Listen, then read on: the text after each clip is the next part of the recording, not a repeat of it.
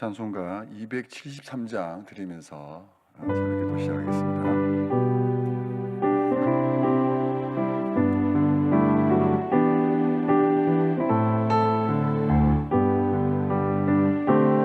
나 주를 멀리 떠났다 이제 옵니다. 나 죄의 길에 시달려 주여 옵니다. 나 이제 왔으니 내 집을 찾아 주여 나를 받으사 맞아주소서.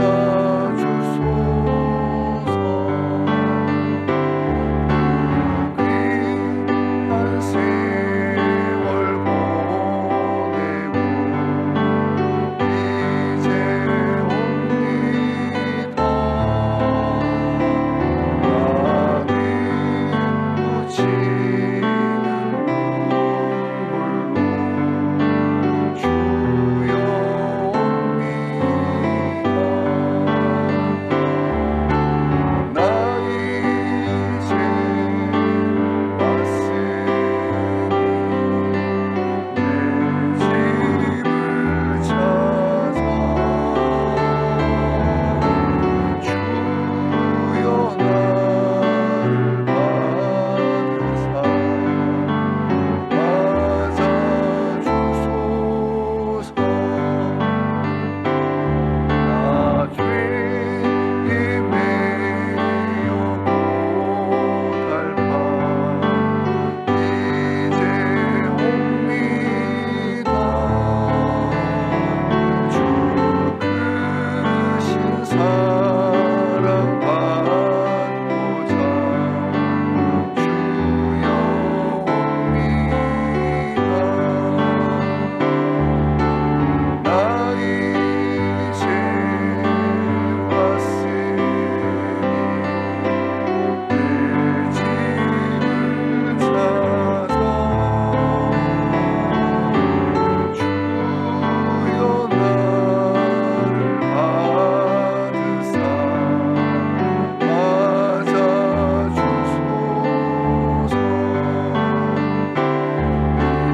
믿없는 마음을 고치려 이제 옵니다.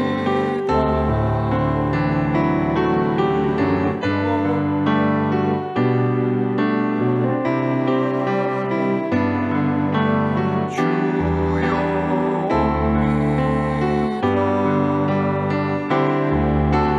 나 이제 왔으니 내 집을 찾아 주여 나를 받으사 맞아주소서. 나 바랄 것이 무엇인가 우리 주 예수 날 위해 죽임 당하신 믿고 옵니다. 나 이제 왔으니 내 집을 찾아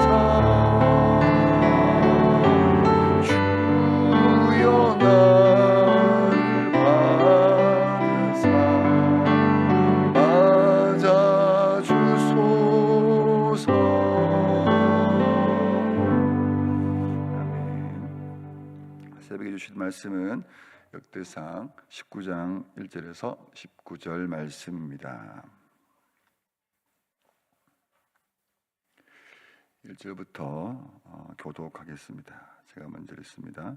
그 후에 암몬 자손의 왕 나하스가 죽고 그의 아들이 대신하여 왕이 되니 다윗이 이르되 한온의 아버지 나하스가 전에 내게 호의를 베풀었으니 이제 내가 그의 아들 한온에게 호의를 베풀리라 하고 사절들을 보내서 그의 아버지의 죽음을 문상하게 하니라.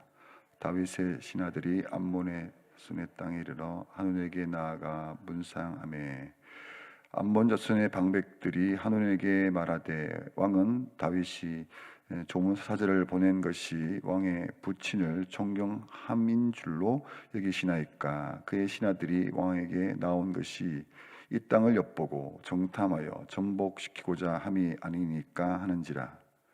한온이 이에 다윗의 신하들을 잡아 그들의 수염을 깎고 그의 을복을 볼기 중간까지 자르고 돌려보내매 어떤 사람이 다윗에게 가서 그 사람들이 당한 일을 말하니라. 그 사람들이 심히 부끄러워하므로 다윗이 그들을 맞으러 보내 왕이 이르기를 너희는 수염이 자라기까지 여리고에 머물다가 돌아오라 하니라. 암몬 자손이 자기가 다윗에게 밉게 한 줄을 안지라. 한온과 암몬 자손은 더불어 은천 달란트를 아람 나임과 아람 마가와 소바에 보내 병거와 마병을 싹 내되 곧 병거 32,000대와 마가 왕과 그의 군대를 고용하였더니 그들이 와서 메드바 앞에 진침에 암몬 자손이 그 모든 성부로부터 모여 와서 싸우려 한지라. 다윗이 듣고 요압과 용사의 온 무리를 보냈더니 암몬 자손은 나가서 성문 앞에 진을 치고 도우러 온 여러 왕은 따로 들에 있더라. 요압이 앞뒤에 진을 보고 이스라엘에서 뽑은 자 중에서 또 뽑아 아람 사람을 대하여 진을 치고 그 남은 무리는 그의 아우 아비새의 수하에 맡겨 암몬 자손을 대하여 진을 치게 하고 이르되 만일 아람 사람이 나보다 강하면 네가 나를 돕고 암몬 자손이 너보다 강하면 내가 너를 도우리라. 너는 힘을 내라. 우리가 우리 백성과 우리 하나님의 성읍들을 위하여 힘을 내자.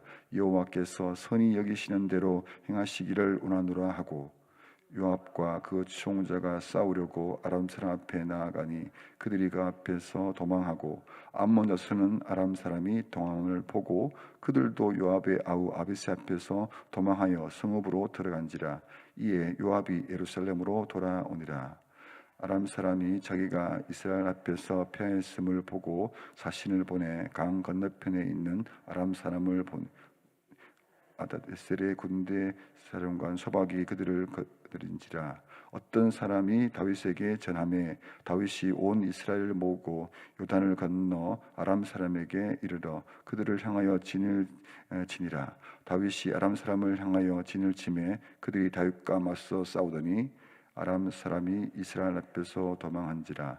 다윗이 아람 병거 7,000대의 군사와 보병 4만 명을 죽이고 또 군대 지휘관 소박을 죽임에 같이 읽겠습니다. 하닷에셀의 부하들이 자기가 이스라엘 앞에서 패했음을 보고 다윗과 더불어 화친하여 숨기고 그 후로는 아람 사람이 암몬 자손 돕기를 원하지 아니하였더라. 아멘. 다윗 왕이 다스리는 이스라엘은 당대의 최강의 나라였습니다. 아람은 물론이고 에돔, 모압, 암몬 자손, 블레셋 사람들, 아말렉 등 그 지역 주변에 있는 모든 이방 민족과의 전쟁에서 이겨 그들로부터 조공을 받고 있는 그런 상태였습니다. 이렇게 이스라엘이 강국이 된 이유를 18장에서 두 번이나 다윗이 어디로 가든지 여호와께서 이기게 하시니라라는 그 말씀에서 그 이유를 알 수가 있습니다. 하나님께서 도우시는 이스라엘, 다른 민족들이 또 하나님 도우시는 것을 알고 있었습니다. 그런데 새로운 사건이 하나 일어납니다. 암몬 자손 왕 나하스가 죽고 그의 아들 한온이 이제 새로운 왕이 되었는데 그 나하스가 그 다윗 왕에게 베푼 그 호의를 생각해서 다윗 왕은 그 나하스 왕의 장례식에 신하들을 보내서 문상을 하게 됩니다. 3절을 보겠습니다. 암몬 자손들의 방백들이 하논에게 말하되 왕은 다윗이 조문 사절을 보낸 것이 왕의 부친을 존경함인 줄로 여기시나이까? 그의 신하들이 왕에게 나온 것이 이 땅을 엿보고 정탐하여 전복시키고자 함이 아니니까 하는지라. 이 암몬 자손의 방백들이 하논에게 다윗이 지금 종문을 가장해서 자기 땅을 이제 정탐하고 정복시키려고 한다라고 그렇게 이 얘기를 합니다.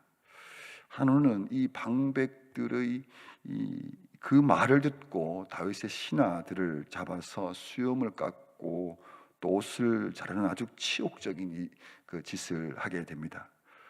이렇게 암몬 자손이 또 한온이 그렇게 한 것은 이 다윗 왕에게 선전포고를 한 것과 다름이 없는 그런 행위였습니다. 6절에서 보면 암몬 자손이 자기가 다윗에게 밉게 한 줄로 안지라 자기들도 알았던 것이죠. 그래서 이제 암몬 자손이 뭐 했냐면 아람 사람들을 고용하여 전쟁을 준비합니다. 암몬 자손이 이렇게 다윗 왕에게 선전포고를 했다는 것은 이 단순히 그냥 대충 그냥 한 것이 아니라 이 다윗 왕과 싸워 이길 수 있다는 뭔가 모를 근거 없는 자신감을 그들이 가졌기 때문입니다. 그래서 그들은 큰 잘못을 저질렀던 것이죠. 이 전쟁을 이기기 위해서 암몬 자손이 손을 잡은 이 아람 사람들 역시도 그들도 다윗과의 이 전쟁을 통해서 이기고 싶었던 마음이 있었는지 같이 이제 합력해서 드디어 다윗과 전쟁을 치르려고 합니다. 이 사실을 알게 된 다윗 왕도 이제 전쟁을 준비합니다. 요압을 중심으로 이스라엘 군대가 아람 사람들과 이제 전쟁 준비를 하고 요압의 동생인 아비새가 또 암몬 자손을 대해서 이제 진을 치고 전쟁을 이제 준비를 하게 됩니다. 이 전쟁이 어떻게 되었을까요? 아람 사람 앞에 요압과 그의 추종자들이 다 도망을 가버리게 됩니다. 암몬 자손 역시 요압의 아우 아비새 앞에서 또 다 도망가죠. 이 전쟁에서 이긴 것입니다. 다윗이요. 그런데 여기서 끝이 아닙니다. 16절 말씀을 보겠습니다. 16절 말씀을 보면 아람 사람이 자기가 이스라엘 앞에서 패하였음을 보고 사신을 보내 강 건너편에 있는 아람 사람을 불러내니 하닷 에셀의 군대 장관 소박이 그들을 거느린지라. 이 도망을 갔던 이 아람 사람이 거기서 끝내면 될 텐데 다시 전쟁을 치르기 위해서 강 건너에 있는 남아있는 다른 아람 사람들에게 사신을 보내서 그들을 불러들입니다. 이 소식을 들은 다윗은 이번에는 직접 전쟁에 나가서 그들과 전쟁을 치르게 되죠. 아람 사람은 이 두 번의 전쟁의 결과, 두 번째 전쟁의 결과는 더 비참해집니다. 아람 사람은 또 이스라엘 앞에서 다 도망을 가게 되죠. 다윗 왕은 아람의 7,000대의 병거, 4만 명의 병사, 그리고 아람 군대의 지휘관 소박까지 죽이게 되는 이런 결과를 만들어냅니다. 19절의 말씀을 한번 보겠습니다. 19절 하닷 에셀의 부하들이 자기가 이스라엘 앞에서 패하였음을 보고 다윗과 더불어 화친하여 섬기고 그 후로는 아람 사람이 암몬 자손 돕기를 원하지 아니하였더라. 여기에 이제 보고라는 이 말, 아람 사람이 이 다윗과 화친을 하고 더 이상 암몬 자손을 돕는 것을 멈추게 된 게 언제냐면 이스라엘 전쟁과 다 패한 것을 보고 나서 그때야 비로소 이 사실을 깨닫게 된 것입니다. 이 안타까운 것은 왜 이 사실을 처음부터 몰랐을까요? 이들이 몰랐던 건 아닙니다. 당대 최고 강국이었던 이 이스라엘, 다윗이 다스리는 그 이스라엘은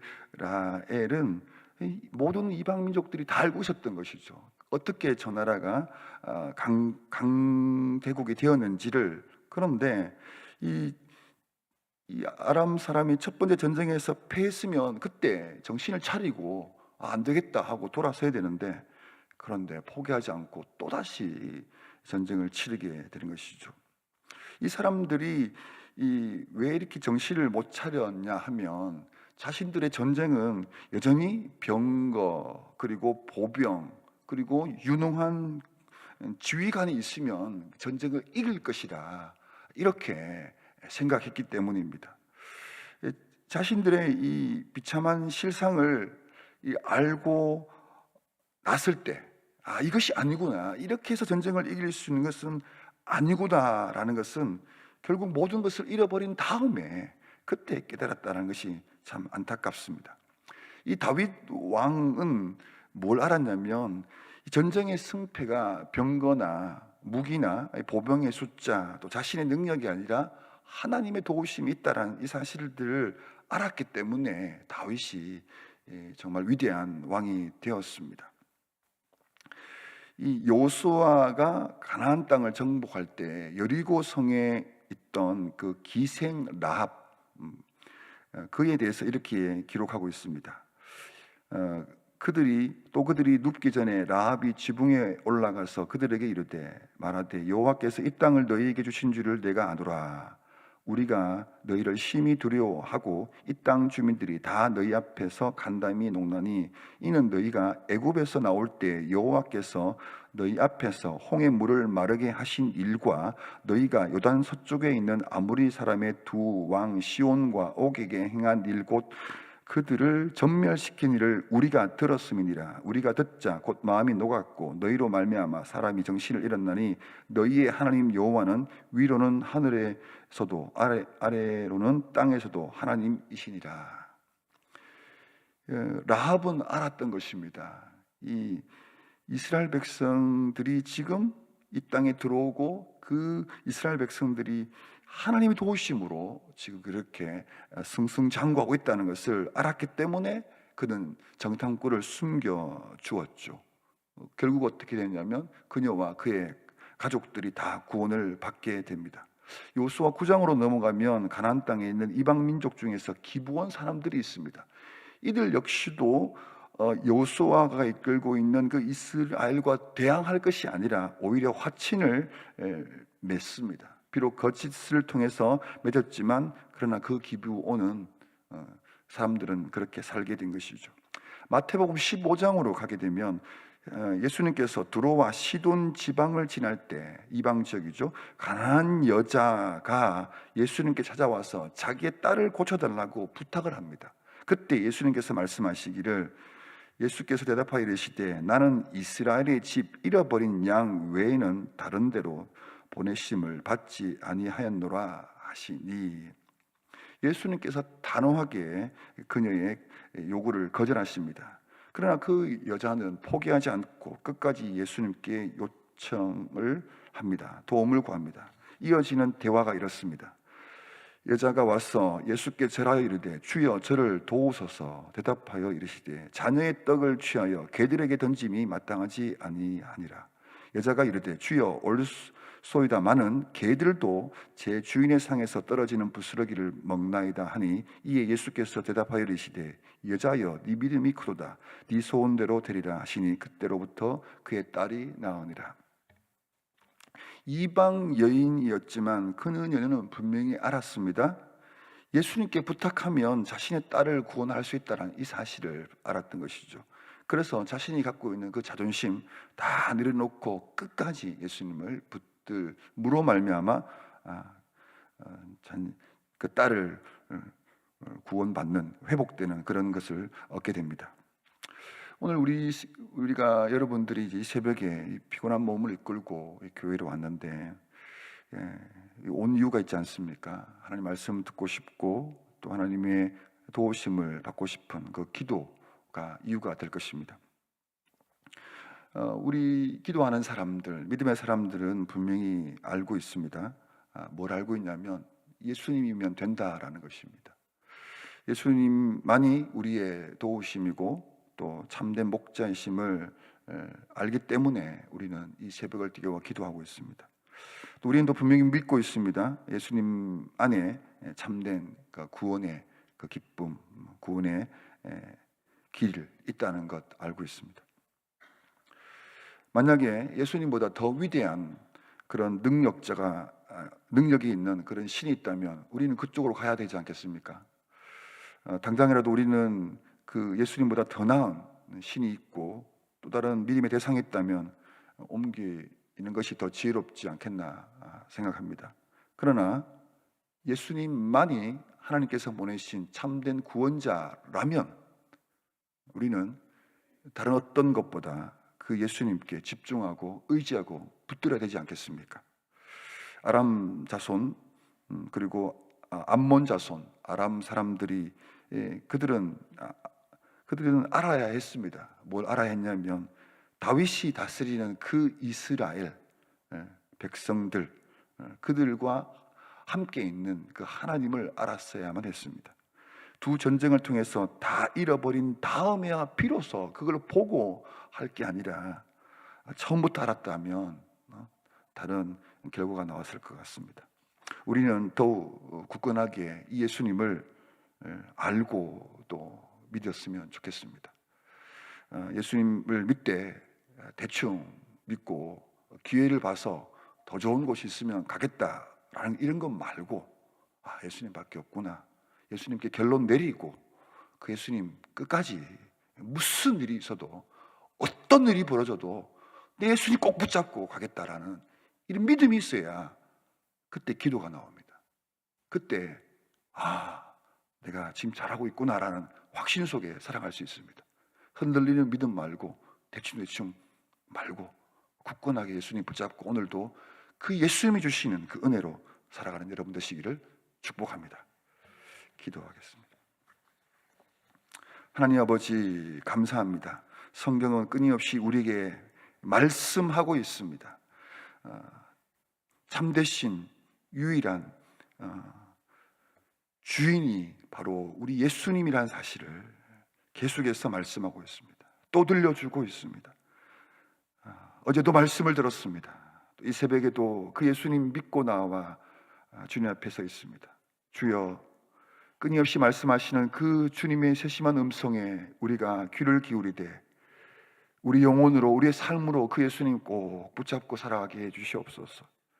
흔들리는 우리의 생각들, 잡스러움들, 눈에 보이는 것, 느껴지는 것 거기에 끌려가지 말고 예수님 꼭 붙잡고 다른데 좌로나 우로나 치우치지 말고 예수님 안에 있는 그 은혜, 그 사랑, 그 기쁨 꼭 붙잡고 살아가는 이 하루가 되게 하여 주시옵소서. 예수님의 이름으로 기도합니다. 아멘. 자, 여러분께 기도하시죠.